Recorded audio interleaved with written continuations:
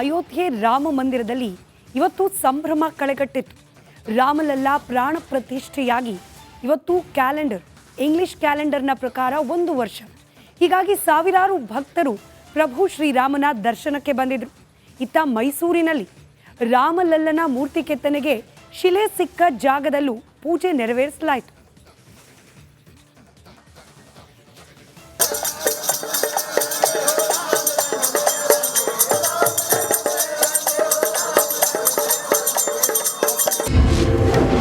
ಕುಂಭಮೇಳದ ನಡುವೆ ಅಯೋಧ್ಯೆಯಲ್ಲೂ ಸಂಭ್ರಮ.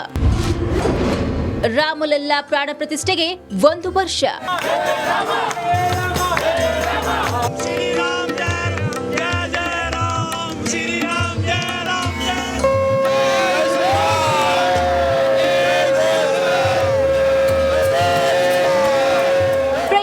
ನಲ್ಲಿ ನಡೆಯುತ್ತಿರುವ ಮಹಾ ಕುಂಭಮೇಳದಲ್ಲಿ ದೇಶವೇ ಭಕ್ತಿಯ ಅಲೆಯಲ್ಲಿ ಮುಳುಗೇಳುತ್ತಿರುವುದರ ಮಧ್ಯೆ ಅಯೋಧ್ಯೆಯಲ್ಲಿ ರಾಮ ಮಂದಿರ ನಿರ್ಮಾಣವಾಗಿ ಇಂದಿಗೆ 1 ವರ್ಷ ತುಂಬಿದೆ.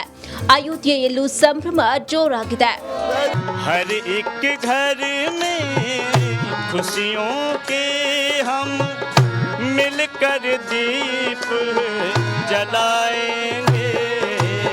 ಅಯೋಧ್ಯೆಯಲ್ಲಿ ರಾಮಲಲ್ಲಾ ಪ್ರಾಣ ಪ್ರತಿಷ್ಠೆ ಸಮಾರಂಭ ಕಳೆದ ವರ್ಷ ಜನವರಿ 22, 2024ರಲ್ಲಿ ನಡೆಸಲಾಯಿತು. ಹಿಂದೂ ಪಂಚಾಂಗವನ್ನ ಅನುಸರಿಸಿ ಈ ಪವಿತ್ರ ಕಾರ್ಯಕ್ರಮವನ್ನ ಹಿಂದೂ ಕ್ಯಾಲೆಂಡರ್ನ ಪೌಷ್ ಮಾಸದ ಶುಕ್ಲ ಪಕ್ಷದ ಸಮಯದಲ್ಲಿ ಕೂರ್ಮ ದ್ವಾದಶಿ ಎಂದು ಆಚರಿಸಲಾಯಿತು. ಈ ವರ್ಷ ಶುಕ್ಲ ಪಕ್ಷವು ಜನವರಿ 11ರಂದು ಬಂದಿತು. ಮೈಸೂರಿನಲ್ಲೂ ಮಂದಿರ ನಿರ್ಮಾಣಕ್ಕೆ ಸಿದ್ಧತೆ.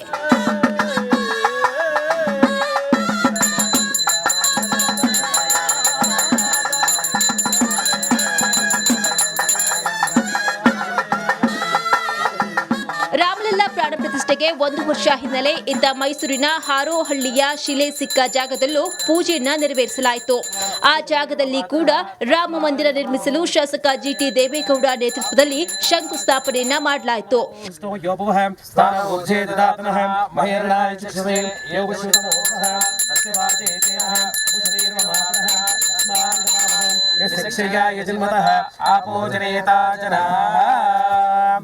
ಒಂದು ವರ್ಷದ ಸಂಭ್ರಮದ ಹಿನ್ನೆಲೆ ಅಯೋಧ್ಯೆಯಲ್ಲಿ ಭಕ್ತ ಸಾಗರವೇ ತುಂಬಿತ್ತು.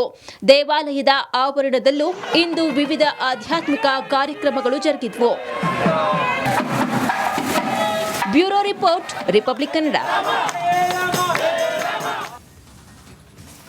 ಮತ್ತೊಂದು ಕಡೆ ಅಯೋಧ್ಯೆ ರಾಮ ಮಂದಿರದಲ್ಲಿ ಇವತ್ತು ಸಂಭ್ರಮ ಕಳೆಗಟ್ಟಿತ್ತು.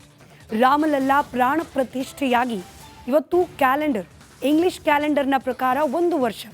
ಹೀಗಾಗಿ ಸಾವಿರಾರು ಭಕ್ತರು ಪ್ರಭು ಶ್ರೀರಾಮನ ದರ್ಶನಕ್ಕೆ ಬಂದಿದ್ರು. ಇತ್ತ ಮೈಸೂರಿನಲ್ಲಿ ರಾಮಲಲ್ಲನ ಮೂರ್ತಿ ಕೆತ್ತನೆಗೆ ಶಿಲೆ ಸಿಕ್ಕ ಜಾಗದಲ್ಲೂ ಪೂಜೆ ನೆರವೇರಿಸಲಾಯಿತು.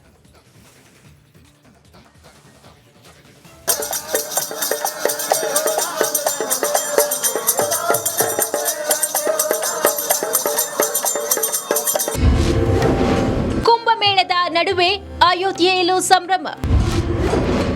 ರಾಮಲಲ್ಲಾ ಪ್ರಾಣ ಪ್ರತಿಷ್ಠೆಗೆ 1 ವರ್ಷ.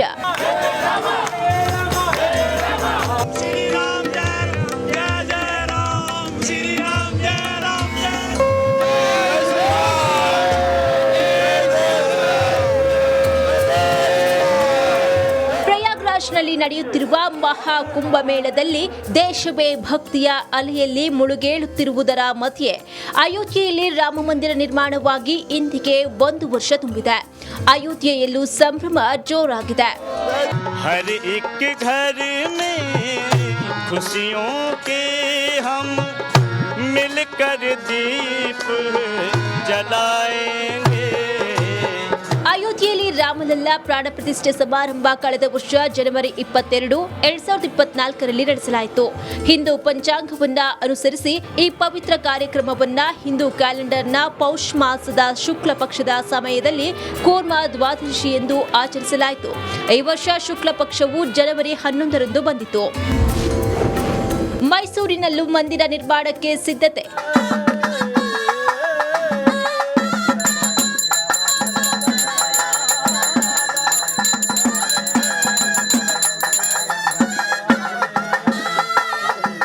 ರಾಮಲಲ್ಲಾ ಪ್ರಾಣ ಪ್ರತಿಷ್ಠೆಗೆ ಪ್ರತಿಷ್ಠೆಗೆ 1 ವರ್ಷ ಹಿನ್ನೆಲೆ ಇದ್ದ ಮೈಸೂರಿನ ಹಾರೋಹಳ್ಳಿಯ ಶಿಲೆ ಸಿಕ್ಕ ಜಾಗದಲ್ಲೂ ಪೂಜೆಯನ್ನ ನೆರವೇರಿಸಲಾಯಿತು.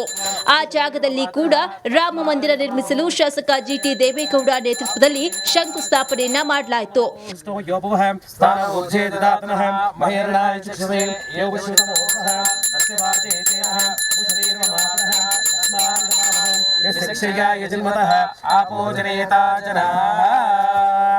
ಒಂದು ವರ್ಷದ ಸಂಭ್ರಮದ ಹಿನ್ನೆಲೆ ಅಯೋಧ್ಯೆಯಲ್ಲಿ ಭಕ್ತ ಸಾಗರವೇ ತುಂಬಿತ್ತು.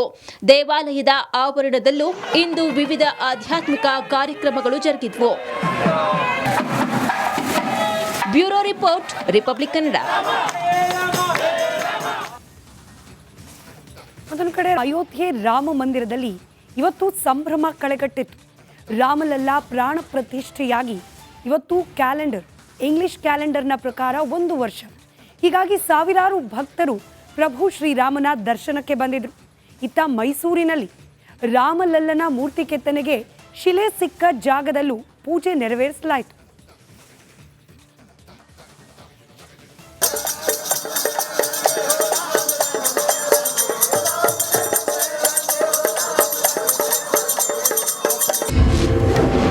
ಕುಂಭಮೇಳದ ನಡುವೆ ಅಯೋಧ್ಯೆಯಲ್ಲೂ ಸಂಭ್ರಮ.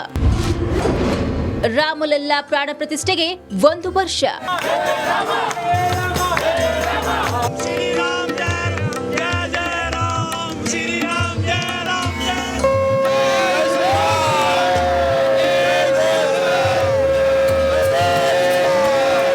ಪ್ರಯಾಗ್ರಾಜ್ನಲ್ಲಿ ನಡೆಯುತ್ತಿರುವ ಮಹಾ ಕುಂಭಮೇಳದಲ್ಲಿ ದೇಶವೇ ಭಕ್ತಿಯ ಅಲೆಯಲ್ಲಿ ಮುಳುಗೇಳುತ್ತಿರುವುದರ ಮಧ್ಯೆ ಅಯೋಧ್ಯೆಯಲ್ಲಿ ರಾಮ ಮಂದಿರ ನಿರ್ಮಾಣವಾಗಿ ಇಂದಿಗೆ 1 ವರ್ಷ ತುಂಬಿದೆ.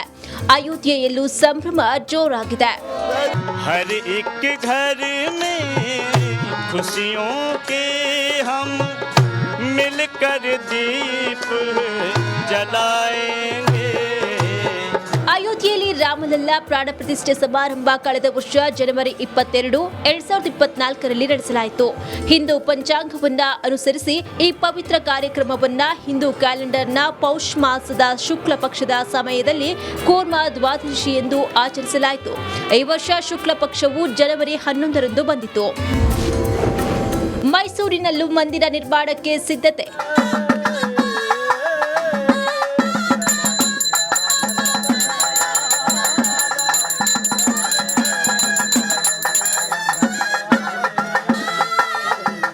ರಾಮಲಲ್ಲ ಪ್ರಾಣ ಪ್ರತಿಷ್ಠೆಗೆ 1 ವರ್ಷ ಹಿನ್ನೆಲೆ ಇದ್ದ ಮೈಸೂರಿನ ಹಾರೋಹಳ್ಳಿಯ ಶಿಲೆ ಸಿಕ್ಕ ಜಾಗದಲ್ಲೂ ಪೂಜೆಯನ್ನ ನೆರವೇರಿಸಲಾಯಿತು.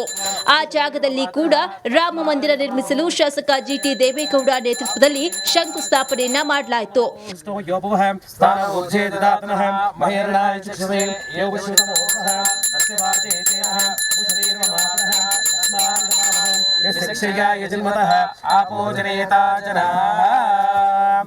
ಒಂದು ವರ್ಷದ ಸಂಭ್ರಮದ ಹಿನ್ನೆಲೆ ಅಯೋಧ್ಯೆಯಲ್ಲಿ ಭಕ್ತ ಸಾಗರವೇ ತುಂಬಿತ್ತು.